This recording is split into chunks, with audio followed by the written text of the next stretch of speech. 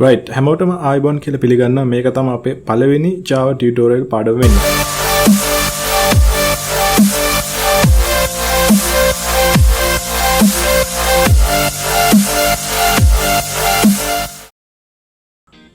මේ පාඩමේදී අපි බලාපොරොත්තු වෙන්නේ මුලින්ම basic idea එකක් Java ගැන දෙන්න. මේ tutorial එක භාවිත කරන Java ඉගෙන ගන්න අලුත්ම අයටත් Java පිළිබඳ සාමාන්‍ය අවබෝධයක් තියෙන අයටත් Java පිළිබඳ advanced knowledge එකක් ගන්න පුළුවන් වෙයි කියලා අපි හිතනවා. දැනට ඇවිල්ලා තියෙන අලුත්ම Java version එක Java Standard Edition 8 කියන එක. මේක හඳුන්වන Java SE 8 කියලා. මීට අමතරව තවත් Java versions දෙකක් තියෙනවා. Java Enterprise Edition, Java ME කියලා. Java Enterprise Edition ගොඩක් විට පාවිච්චි කරන්නේ web based application develop කරන්න. Java ME කියන Java Mobile Edition එක පාවිච්චි කරන්නේ mobile based application develop කරන්න.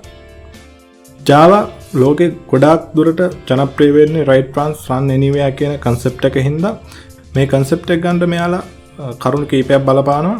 Java කියන්නේ object oriented programming language එක. ඒ කියන්නේ ලෝකේ තියෙන ඕනෑම දෙයක් object එකක් විදිහට හදාගෙන අපිට Java ඇතුළතදී පාවිච්චි කරන්න පුළුවන් වෙනවා.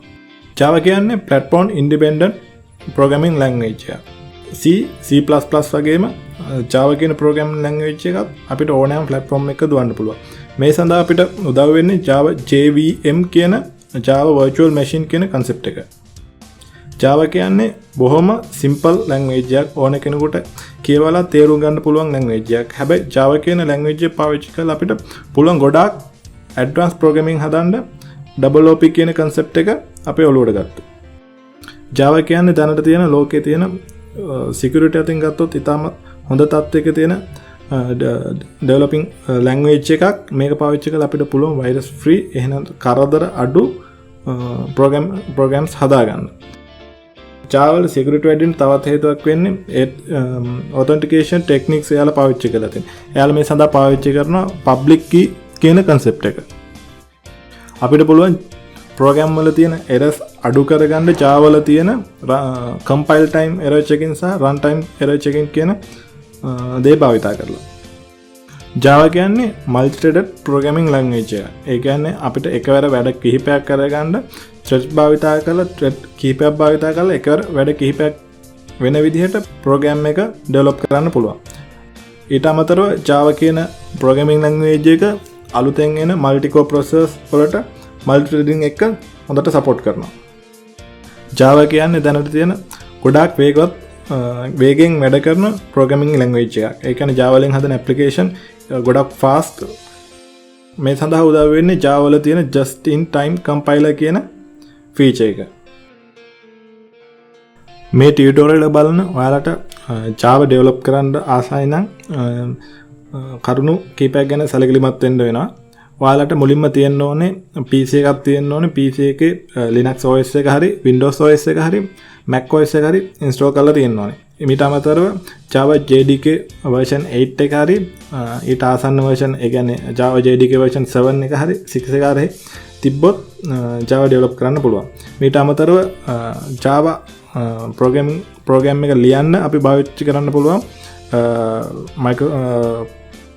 Windows වල නම් notepad එක Mac වල text wrangle වගේ හරි නැත්නම් notepad++ වගේ text editor එක. Java develop කරන්න ගොඩක් කට්ටිය IDEs පාවිච්චි කරනවා.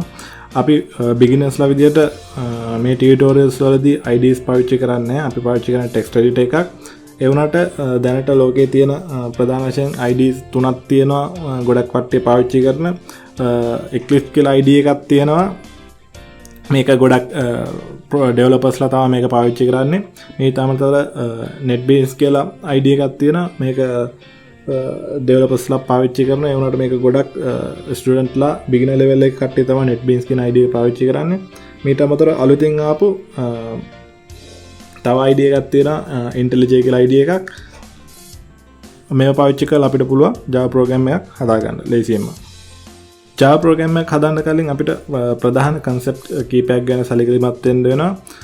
එක concept වෙන්නේ object, class, method සහ variable කියනවා. object එකක් ගත්තොත් object එකකට state එකක් සහ behavior එකක් තියෙනවා. උදාහරණයක් විදිහට ගත්තොත් ලෝකයේ තියෙන ඕනෑම දෙයක් අපිට object එකක් විදිහට හදලා Java programming language එකට ගන්න පුළුවන්. උදාහරණයක් විදිහට කිව්වොත් ස්ටුඩන්ට් කෙනෙක්ට එයාට නමක් තියෙනවා, එයාට ස්ටුඩන්ට් ID එකක් තියෙනවා. මේවා ඔබ්ජෙක්ට් කියන කන්සෙප්ට් එකට ගත්තොත් ස්ටුඩන්ට් කියන ඔබ්ජෙක්ට් එකේ ස්ටේට් වෙනවා. ඊට අමතරව ස්ටුඩන්ට් කියන ඔබ්ජෙක්ට් එකට පුළුවන් වෙනවා ස්ටඩි කරන්න පුළුවන් වෙනවා, එයාට වොක් කරන්න පුළුවන් වෙනවා. මේ වගේ දේවල් අපිට Java වල behaviors විදිහට ගන්න පුළුවන්. real world object එකක් Java language එකට යනකොට අපි ඒක class එකක් ඇතුලේ තමයි හදාගන්නේ. මේ class එක ඇතුලේ අපිට object එකේ තියෙන state, behaviors, variables සහ method විදිහට implement කරන්න පුළුවන්. මම මුලින් කිව්වා වගේ Java වල තියෙන methods පාවිච්චි කරලා අපිට object එක behaviors ගන්න පුළුවන්. student කෙනෙක් study කරනවා, ඒකට අදාළ වෙන functionalities ටික අපිට ලියන්න පුළුවන් method එකක් ඇතුලේ. student කෙනෙක්ට තියෙන name එක, student කෙනෙක්ට තියෙන student ID එක අපිට declare කරන්න පුළුවන් variable එක පාවිච්චි කරලා. මේ ගැන අපි තවදුරටත් ඉස්සරහට පොඩ්ඩක් සාකච්ඡා කරමු. right, අපි දැන් බලමු කොහොමද simple Java application එකක් develop කරන්නේ කියලා. මේකට මම Java application develop කරන්න පාවිච්චි කරනවා text wrangler කියන text editor එක. මේක Mac OS එකේ සඳහන් වෙන text editor එක. ඒක අරගෙන අපි බලමු කොහොමද Java application එක අපි හදාගන්නේ කියලා. මුලින්ම ඕනෑම Java developer කෙනෙක් මුලින්ම develop කරන්නේ Hello World කියන application එක. අපි ඒක පොඩ්ඩක් try කරලා බලමු. මම මුලින්ම කිව්වා වගේ real world තියෙන object එකක් තමයි අපි class එකට convert කරලා ගන්න. අපි උදාහරණයක් විදිහට මම student කියලා කිව්වේ. මම හින්දා student කියන class එක හදලා පෙන්නනවා.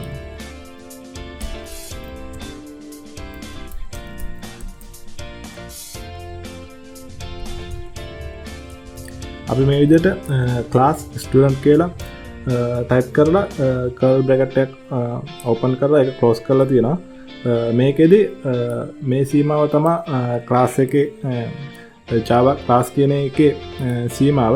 මේක ඇතුලේ තමයි අපි variable declare කරන්නේ, අපි methods හදාන්නේ, හැමදේම කරන්නේ මේ class එක ඇතුලේ. Java application එක වැඩ කරන්න නම් ඒක methods තියෙනවා. මම මුලින්ම උදාහරණයක් කිව්වා වගේ student කෙනෙක්ටත් method තියෙන්න පුළුවන්. මම හින්දා method එකක් හදන්න හැටි පෙන්නන්න. Java application එකක් ඉස්සෙල්ලාම run වෙන්න පටන් ගන්න main method එක කියන එකේ. Java application එකට main method එකක් නැත්තම් Java application එක run වෙන්නේ නැහැ. ඒ හින්දා අපි මුලින්ම main method එකක් හදාගන්න.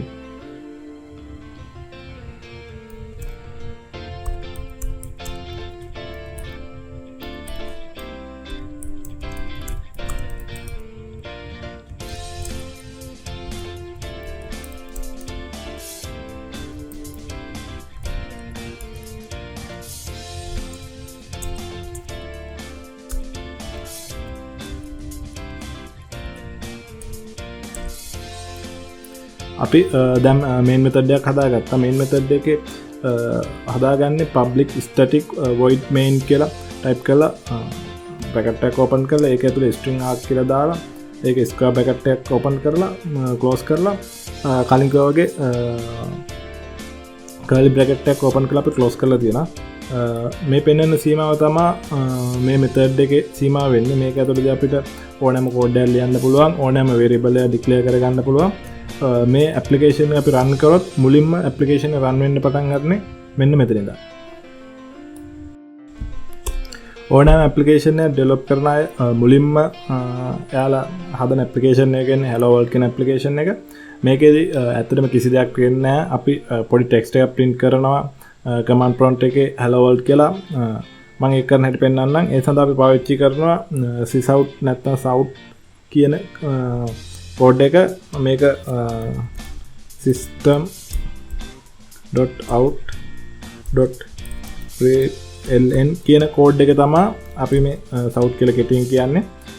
මේ command එක අපි type කරලා bracket එකක් open කරලා ඒක ඇතුලේ මේ විදිහට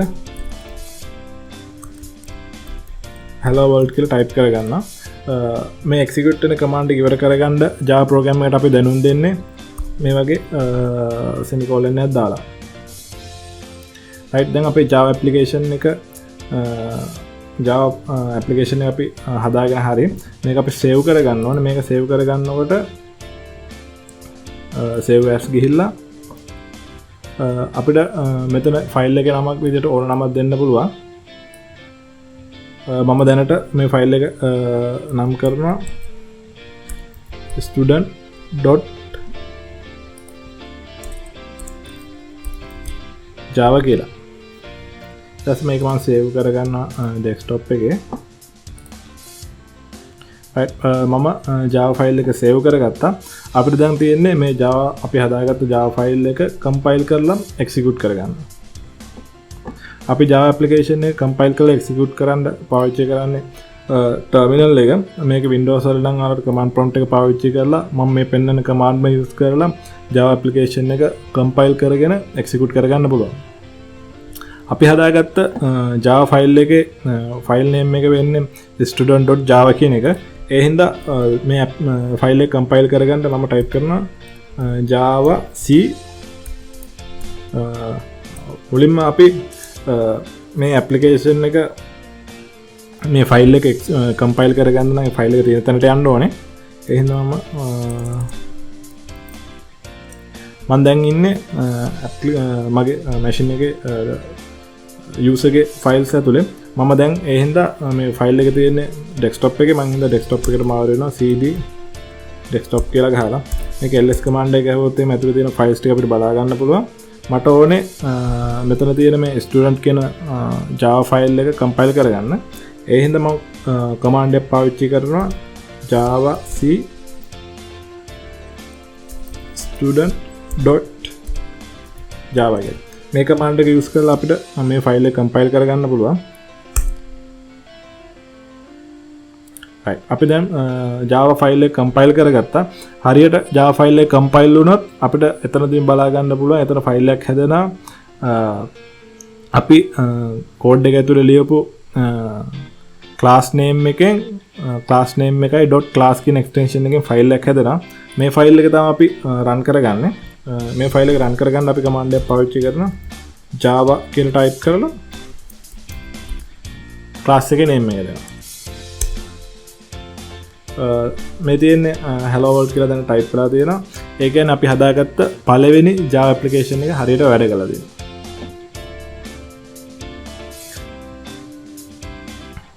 එහෙනම් තව Java tutorial එකකින් අපි නැවත හමු වෙමු. එතකන් හැමෝටම සුබ දවසක් කියලා ප්‍රාර්ථනා කරනවා.